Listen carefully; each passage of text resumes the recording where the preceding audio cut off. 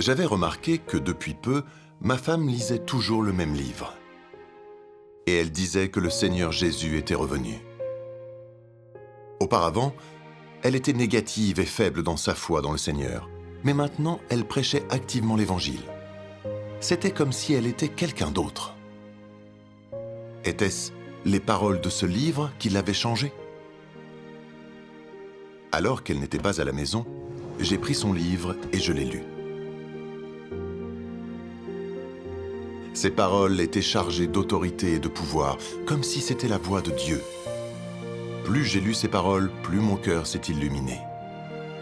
J'ai remercié Dieu Tout-Puissant d'avoir pitié de moi, pour que je puisse enfin entendre la voix de Dieu et accueillir le Seigneur.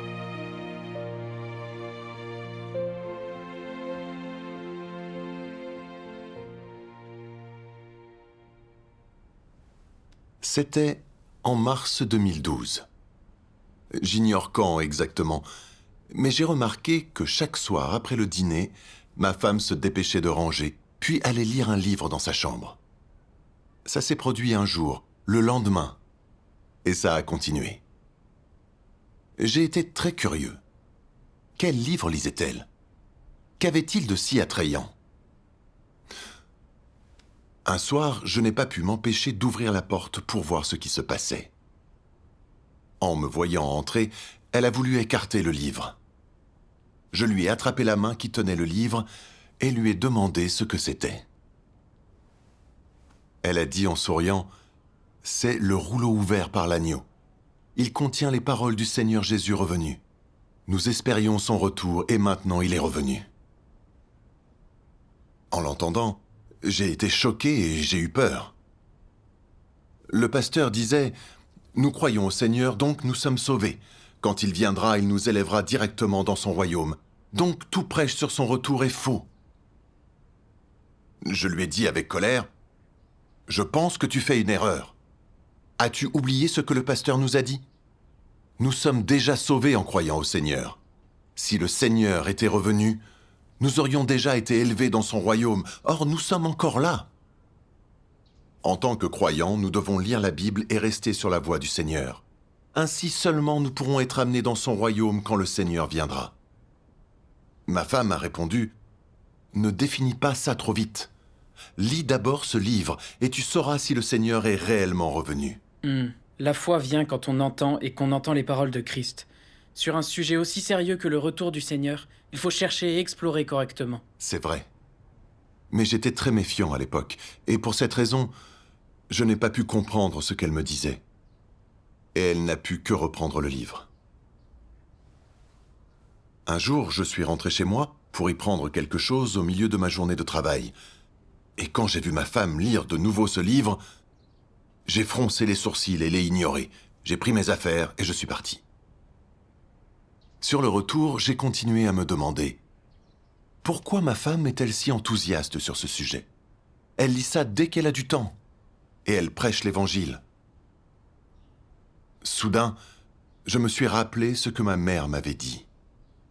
L'éclair oriental est une force qu'il faut prendre en compte. Les frères et sœurs qui connaissent la Bible et qui poursuivent se perdent dans leurs livres et n'en ressortent plus. Je me suis demandé, ma femme lit-elle un livre de l'éclair oriental? Est-ce que cela l'aurait déroutée? Et si elle était vraiment trompée et perdait le salut du Seigneur? Mais je suis immature dans la vie et je ne connais pas très bien la Bible. Je ne sais pas comment récupérer ma femme. Plus tard, je suis allé chez le pasteur Chen pour l'aider à repeindre. Il était croyant depuis des années, alors je me suis dit qu'il connaissait la Bible et avait de la maturité. Il saurait s'y prendre pour éloigner ma femme du gouffre. Et donc, j'ai dit au pasteur Chen, « Depuis assez peu de temps, ma femme lit un livre. Elle dit que le Seigneur est revenu et prêche activement l'Évangile. Elle a beaucoup changé. Dans le passé, elle lisait peu la Bible et sa foi dans le Seigneur était faible. J'ignore pourquoi elle persévère tant maintenant. » Qu'a dit le pasteur Chen? M'ayant écouté, il a déclaré solennellement « Elle est en danger. » Actuellement, dans tout le monde religieux, seul l'éclair oriental témoigne du retour du Seigneur. Et ils sont les seuls à ne pas lire la Bible. Ta femme a sans doute accepté l'éclair oriental. Si elle croit à l'éclair oriental, elle perdra le salut du Seigneur, ainsi que sa place dans le royaume des cieux. Tu dois vite faire quelque chose pour la ramener. À ces mots, j'ai été terrifié.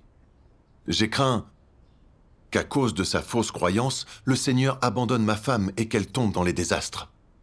J'ai demandé au pasteur Chen ce que je devais faire. Il a réfléchi un moment, puis il m'a dit « Je suis pasteur et je connais la Bible mieux que toi. Alors, ce soir, vole le livre que lit ta femme et je t'aiderai à l'examiner. Mais qu'elle ne le sache pas. » Voler le livre? Oui. À ce moment-là, je me suis dit qu'il valait mieux que le pasteur m'aide à l'analyser. Ainsi, je saurais ce qu'il y était écrit, et je gagnerais en discernement. Si la foi de ma femme était fausse, nous l'aiderions à y renoncer à temps. Ce soir-là, j'ai apporté en secret chez le pasteur Chen le rouleau ouvert par l'agneau. Le pasteur Chen a pris le livre, il l'a feuilleté avec des involtures, puis il l'a sèchement refermé sur la table. Fixant la couverture du livre, il a dit avec dédain « Oui, c'est un livre de l'éclair oriental. Je suis sûr que ta femme croit à l'éclair oriental. » Leur prédication en impose, et peu parviennent à la réfuter. Certaines personnes qui cherchent avec ténacité et connaissent la Bible cessent de la lire quand ils lisent leur livre.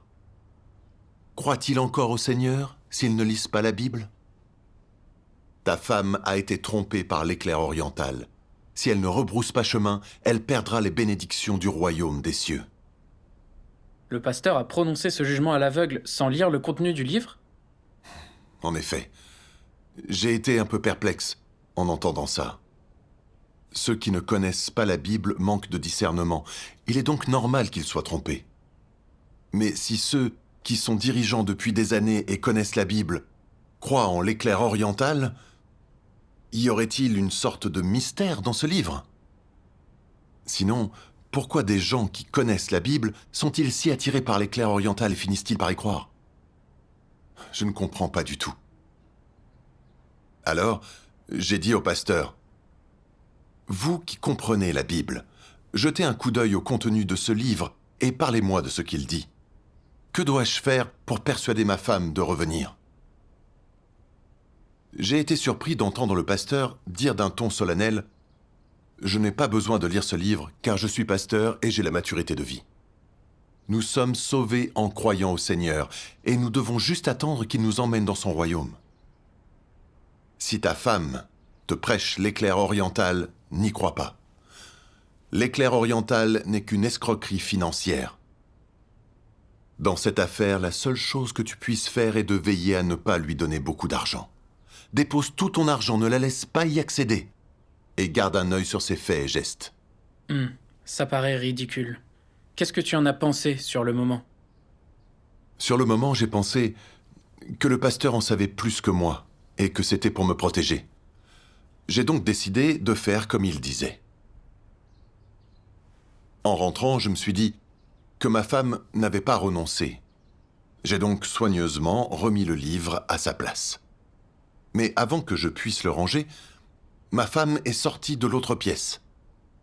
J'ai été pris de court. Et elle m'a demandé, l'air anxieuse, « Est-ce toi qui as pris mon livre ?» Craignant qu'elle voie que je l'avais volé, je lui ai menti. « Je ne l'ai pas pris. Tu laisses toujours les choses traîner. Je vais t'aider à le trouver. » Puis, j'ai fouillé un peu partout dans la chambre. J'ai sorti le livre et le lui ai tendu en disant « Le voilà. Tu laisses toujours les choses traîner. Il faut les remettre à leur place. » Ma femme m'a fixé du regard et je me suis senti rougir, le cœur rongé par la culpabilité. Heureusement, elle ne m'a pas posé d'autres questions. Elle a pris le livre et s'est en allée. Je me suis souvenu que le Seigneur Jésus nous demande d'être des gens honnêtes. Que votre parole soit oui Oui, non, non. Or, qu'avais-je fait? J'étais allé à l'encontre de ma conscience et des enseignements du Seigneur.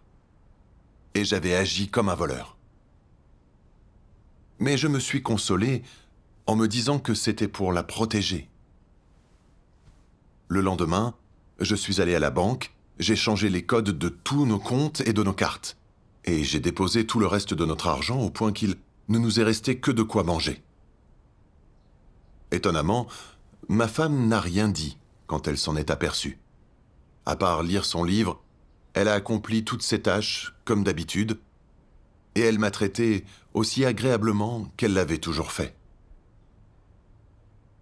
Mais j'étais honteux et mal à l'aise. J'étais croyant depuis tant d'années, mais je traitais encore ma femme de façon si ignoble. Ce comportement n'était pas digne d'un chrétien. J'ai compris que depuis que ma femme lisait ce livre, elle avait beaucoup changé. Je la traitais de cette façon et elle n'était même pas fâchée. Était-ce les paroles de ce livre qui l'avaient changée? Ne faisais-je pas une erreur? Cet éclair oriental auquel croyait ma femme était-il vraiment le retour du Seigneur Jésus? Je savais que je devais tirer tout ça au clair. Tu avais envie de chercher. Oui. Puis un soir, au cours du dîner, ma femme m'a de nouveau encouragé à lire ce livre. Et elle m'a dit « Tu dis que nous sommes sauvés par la foi dans le Seigneur et qu'il nous emmènera dans son royaume quand il viendra. Mais regarde notre mère et notre belle-sœur et nous-mêmes. Nous croyons au Seigneur depuis longtemps, mais nous continuons à pécher et nous confesser. On ne peut pas échapper au péché. D'après les Écritures, sans la sainteté, on ne peut voir le Seigneur. Dieu est saint. Donc si nous continuons à pécher, nous sommes dignes d'entrer au royaume des cieux. Maintenant, le Seigneur Jésus est revenu. Il exprime la vérité et accomplit l'œuvre du jugement commençant par la maison de Dieu, pour purifier entièrement les gens du péché et nous amener dans son royaume. Pour entrer au royaume des cieux, nous devons accepter l'œuvre de jugement dans les derniers jours. Ce que disait ma femme m'a semblé logique. Nous vivions encore en péchant le jour et en nous confessant le soir sans pouvoir échapper à la servitude du péché. Le Seigneur est saint. Il est donc dur de dire si des gens corrompus et souillés comme nous peuvent entrer au royaume des cieux. Quand j'ai compris ça, j'ai hoché la tête. Ma femme a vu que je ne résistais pas et elle m'a joyeusement annoncé que 2 sœurs pouvaient venir le lendemain me parler du retour du Seigneur. J'ai accepté. Mais je savais que je comprenais peu de choses sur la Bible. J'ai donc voulu que le pasteur Chen vienne aussi pour m'aider à comprendre et débattre avec les sœurs. Ainsi, je pourrais gagner en discernement et voir quelles paroles étaient les plus conformes à la Bible. Et donc, j'en ai parlé au pasteur Chen. Tu faisais encore confiance au pasteur et le vénérais. Oui. Le lendemain, après le dîner, ils sont tous arrivés. Une des sœurs a échangé « Le Seigneur est revenu, exprime la vérité et accomplit l'œuvre de jugement et purification. » Avant qu'elle ait pu finir, le pasteur Chen s'est écrié « Sur quel fondement dis-tu que le Seigneur est revenu? Nos péchés sont pardonnés quand nous croyons au Seigneur Jésus. Nous sommes sauvés par la grâce. Cette œuvre de jugement est inutile. Tu ne comprends pas du tout la Bible. » L'autre sœur a répondu au pasteur « Mon frère, on ne peut obtenir la vérité en se disputant à son sujet. Le Seigneur est vraiment revenu et si tu lis la vérité qu'il exprime, tu auras la certitude qu'il est réel. » Le pasteur Chen a dit impatient « Pourquoi lire ça? Le Seigneur n'est pas revenu. » Tu ne comprends pas du tout la Bible, alors pourquoi prêches-tu l'Évangile? J'en sais plus que toi en ce qui concerne la Bible. Je n'écouterai pas ça. Il n'avait aucun désir de chercher concernant l'apparition et l'œuvre de Dieu. Alors comment aurait-il pu accueillir le Seigneur?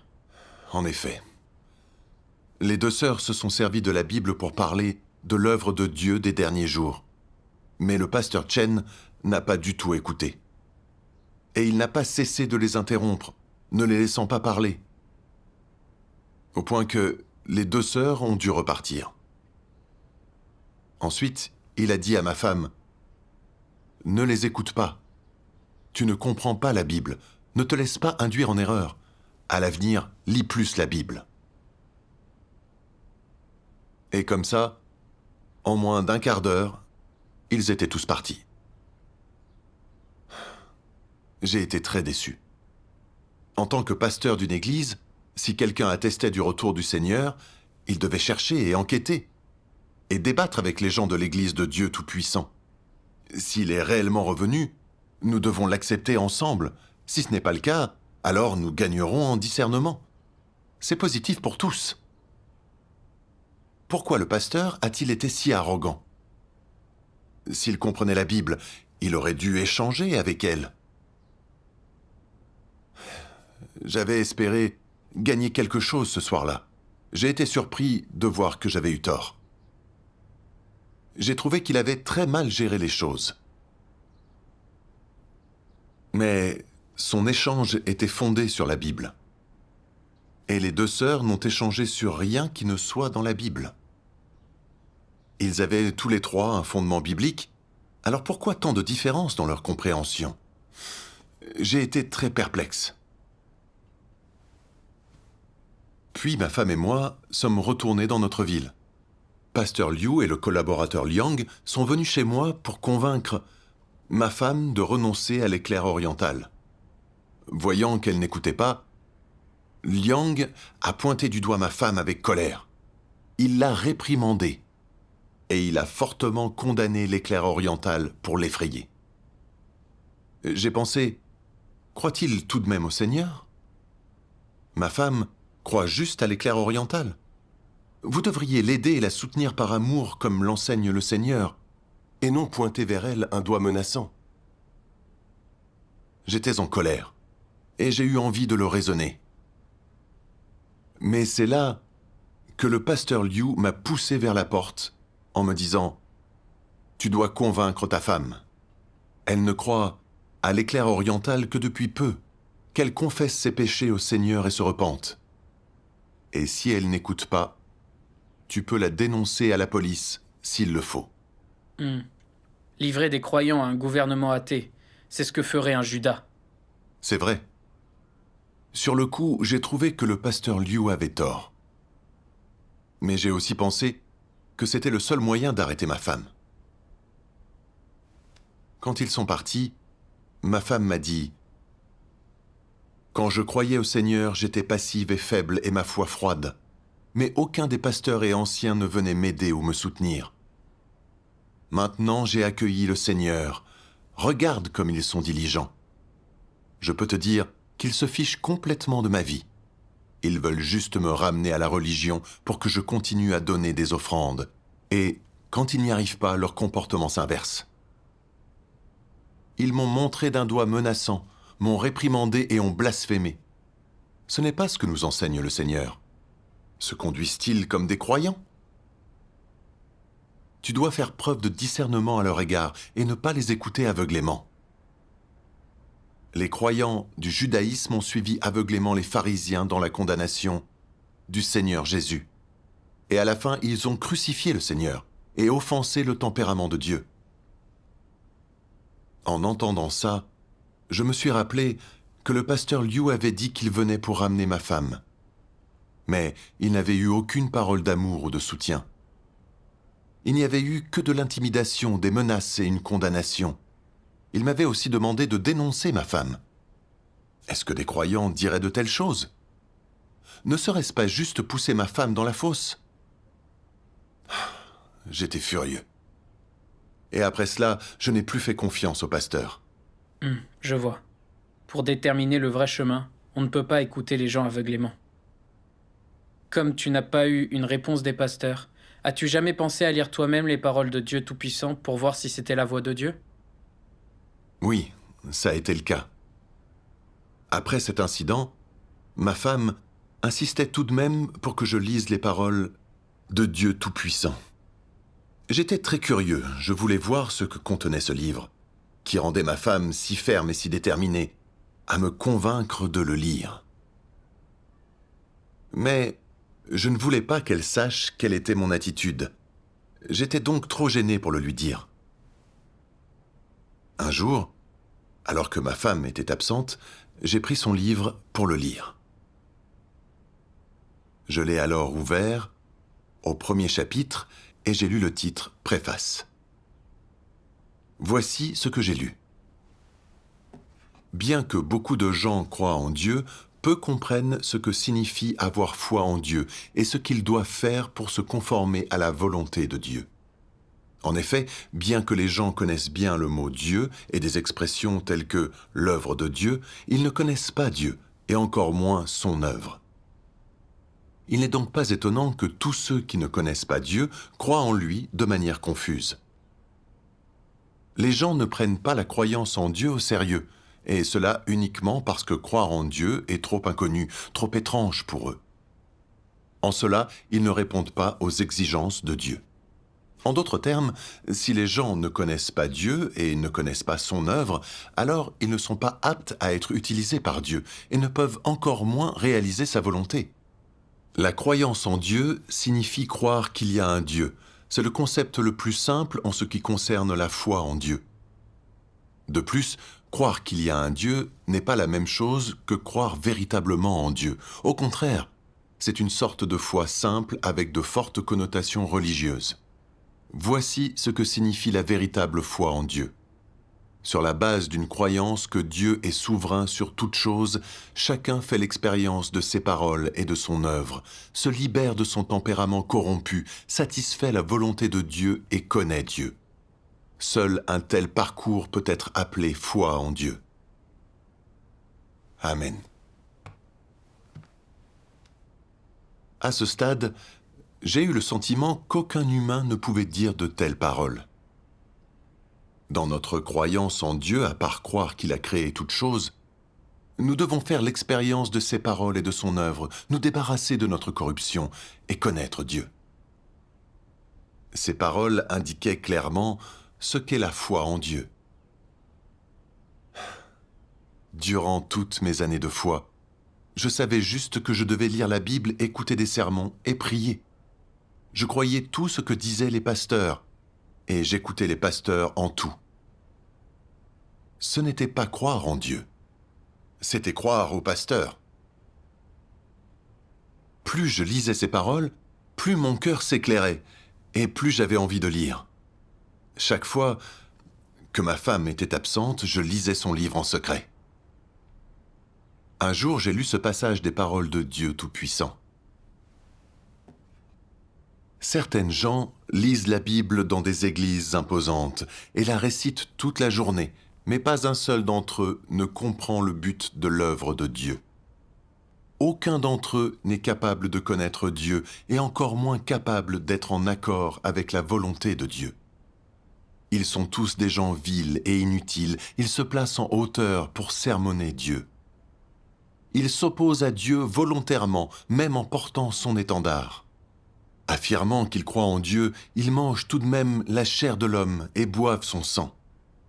Tous ces gens sont des diables qui dévorent l'âme de l'homme, des démons dirigeants qui font intentionnellement obstacle à ceux qui tentent d'emprunter la bonne voie, et des pierres d'achoppement qui entravent le chemin de ceux qui cherchent Dieu. Ils peuvent paraître de bonne constitution, mais comment leurs disciples sauront-ils qu'ils ne sont nul autre que des antéchrists qui mènent l'homme à s'opposer à Dieu ? Comment leurs disciples sauront-ils qu'ils sont des démons vivants qui se dévouent à dévorer des âmes humaines ? En lisant ces paroles, j'ai tout de suite pensé aux pasteurs et aux anciens. Ils connaissaient la Bible, étaient extérieurement humbles et patients et aimants, et nous disaient souvent de guetter et d'attendre la venue du Seigneur. Mais quand quelqu'un attestait du retour du Seigneur, il n'avait pas le moindre désir de chercher et d'enquêter. Le pasteur Chen avait voulu que je vole le livre, pour m'aider à le vérifier. Et donc, il allait de soi qu'il aurait dû en lire le contenu. Or, sans même le regarder, il avait condamné ma femme pour s'être trompé. Liang avait réprimandé ma femme. Il l'avait intimidée et menacée par des condamnations. Et le pasteur Liu m'avait dit d'appeler la police, de trahir ma femme et de la livrer. Les croyants ne font pas des choses pareilles. Si Dieu Tout-Puissant était le Seigneur Jésus revenu, et qu'au lieu de nous guider pour chercher et étudier, les pasteurs faisaient de leur mieux pour nous faire obstacle, et voulaient même que je dénonce ma femme, n'était-il pas, comme le décrivent ces paroles, des pierres d'achoppement et des obstacles qui nous empêchaient d'explorer le vrai chemin? Était-il autre chose que des gens qui résistaient à Dieu en paraissant croire en lui? J'ai pensé à la manière dont les pharisiens, au lieu de chercher, avaient résisté et condamné le Seigneur Jésus, quand il était venu œuvrer. Et finalement, le Seigneur avait été crucifié. Si Dieu Tout-Puissant était le Seigneur Jésus revenu, les pasteurs faisaient ce qu'avaient fait les pharisiens à l'époque. Les pasteurs et les anciens semblaient être des gens qui résistaient au Seigneur. Tu as acquis quelques discernements concernant les pasteurs? Oui. Je me suis alors dit, je ne peux plus écouter les pasteurs. Je dois étudier l'œuvre de Dieu Tout-Puissant pour voir s'il est le retour du Seigneur. Dieu soit loué, la parole de Dieu est la vérité. En la lisant, les gens peuvent comprendre la vérité, gagner en discernement et voir les choses clairement. Oui. Plus tard, ma femme a invité frère Zhu Changyang de l'Église de Dieu Tout-Puissant à échanger avec moi. Je lui ai demandé, la Bible dit, car c'est en croyant du cœur qu'on parvient à la justice, et c'est en confessant de la bouche qu'on parvient au salut. Nous croyons au Seigneur et avons été sauvés. Pourquoi y a-t-il cette étape de l'œuvre du jugement? Chuanyang a expliqué, que signifie être sauvé en croyant au Seigneur Jésus? Le salut fait référence au fait que les gens croient au Seigneur Jésus et qu'ils prient le Seigneur et confessent leurs péchés. Leurs péchés sont pardonnés. Ils ne sont pas condamnés par la loi et bénéficient de la paix et de la grâce du Seigneur. Voilà ce que veut dire être sauvé à l'ère de la grâce. Mais notre nature pécheresse existe toujours en nous et nous n'avons pas encore rejeté le péché. Dieu est saint. Le royaume de Dieu est un lieu saint. Dieu ne peut pas amener dans son royaume ceux qui pêchent et lui résistent encore. Donc, dans les derniers jours, Dieu accomplit une étape de l'œuvre du jugement pour purifier entièrement les gens. Ainsi, les gens sont aptes à entrer dans le royaume de Dieu.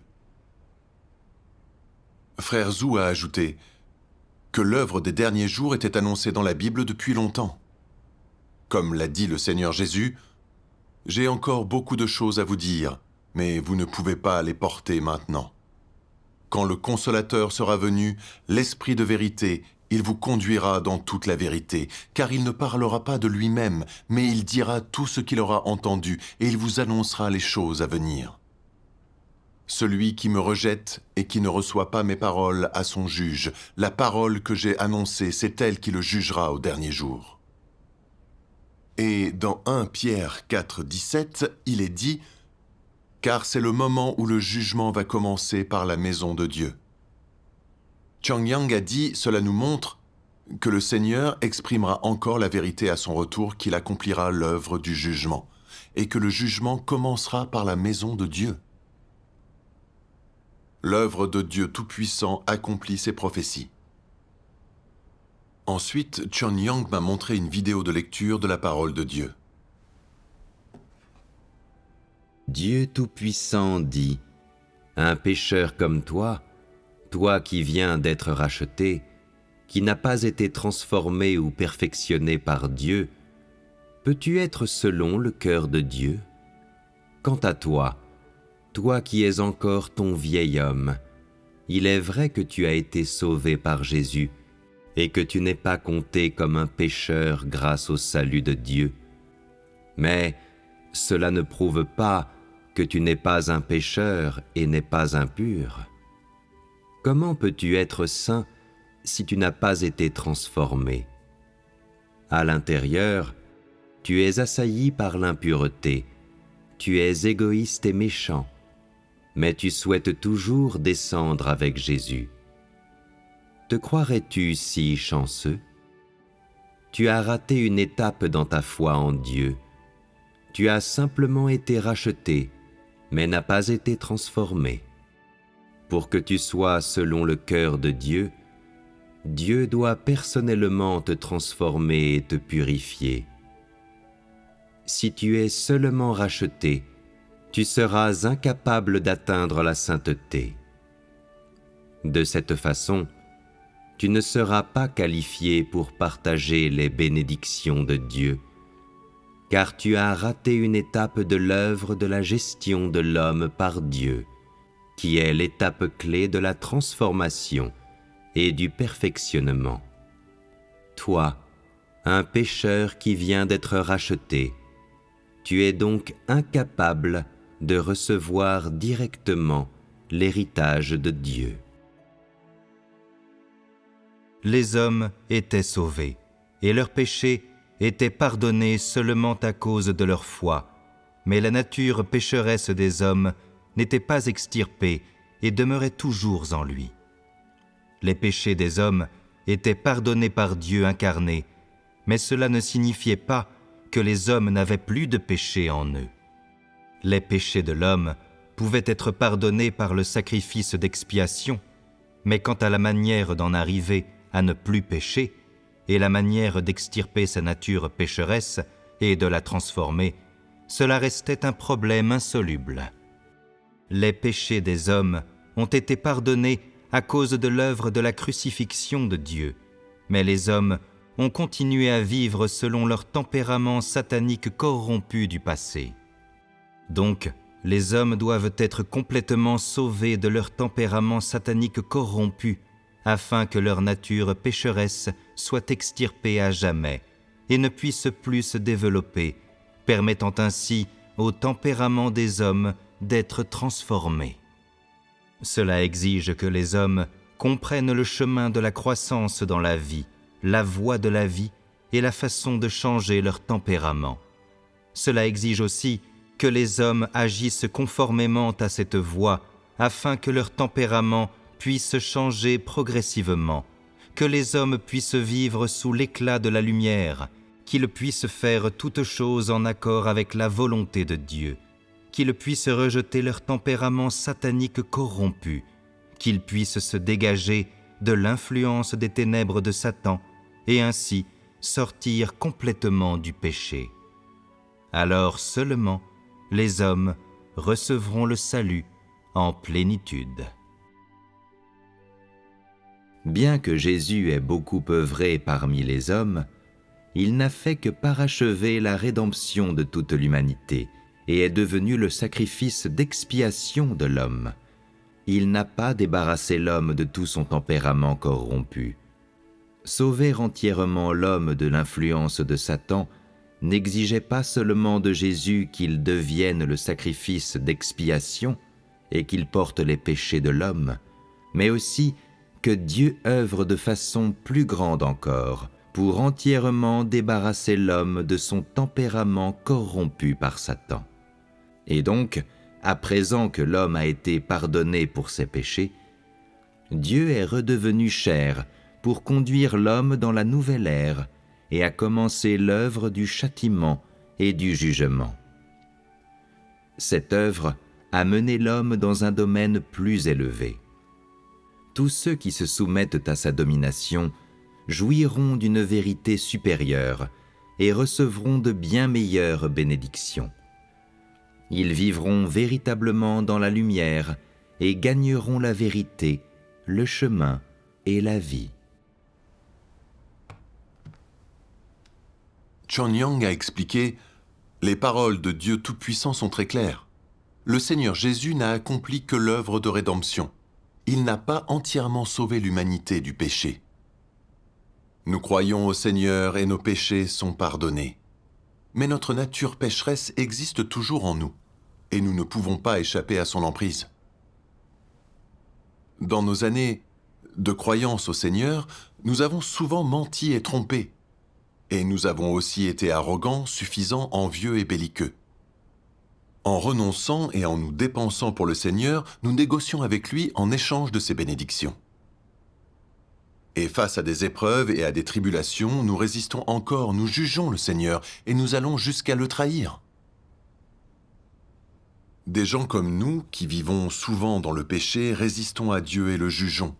Comment pouvons-nous entrer dans son royaume? Dans les derniers jours, selon le plan de gestion de Dieu pour sauver l'humanité, des besoins de l'humanité corrompue, et sur l'œuvre de rédemption du Seigneur Jésus, Dieu Tout-Puissant accomplit l'œuvre du jugement pour purifier et changer les hommes en profondeur, les sauver du péché et les amener dans le royaume des cieux. Si nous n'acceptons que l'œuvre de rédemption du Seigneur Jésus, il est impossible que nos tempéraments sataniques changent. Nous vivons à jamais dans le péché et dans la servitude du péché, et nous ne sommes pas aptes à entrer dans le royaume des cieux. C'est pourquoi il faut accepter l'œuvre de jugement et de châtiment de Dieu Tout-Puissant, comprendre le chemin du changement de tempérament, se débarrasser de sa corruption, obéir à Dieu et le craindre, et enfin être sauvé par Dieu. Une fois que tu as compris le sens de l'œuvre de jugement de Dieu, tes notions ont été résolues. Oui. En entendant son échange, mon cœur a été illuminé. Être racheté n'est que le pardon du péché et ne permet pas d'entrer dans le royaume des cieux.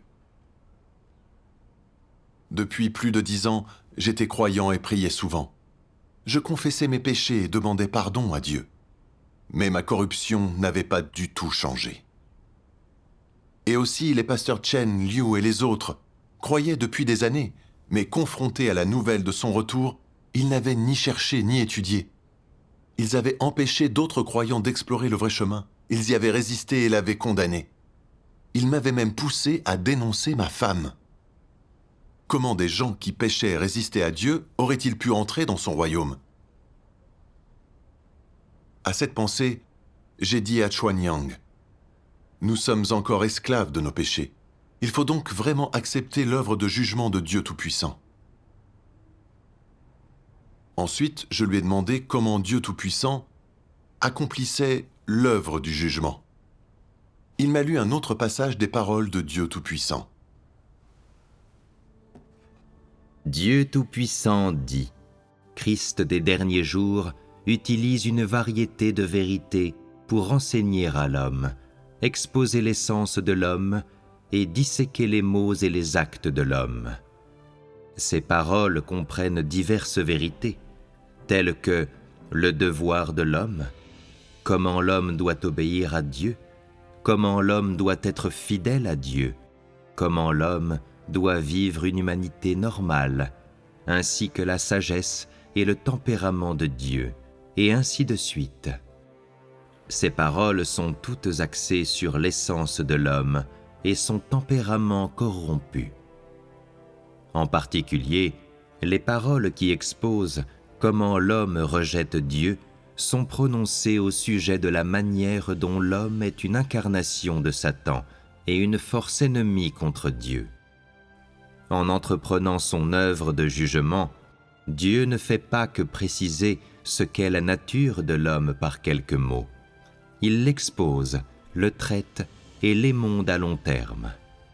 Toutes ces différentes méthodes d'exposition, de traitement et d'émondage ne peuvent pas être remplacées par des mots ordinaires, mais par la vérité dont l'homme est totalement dépourvu.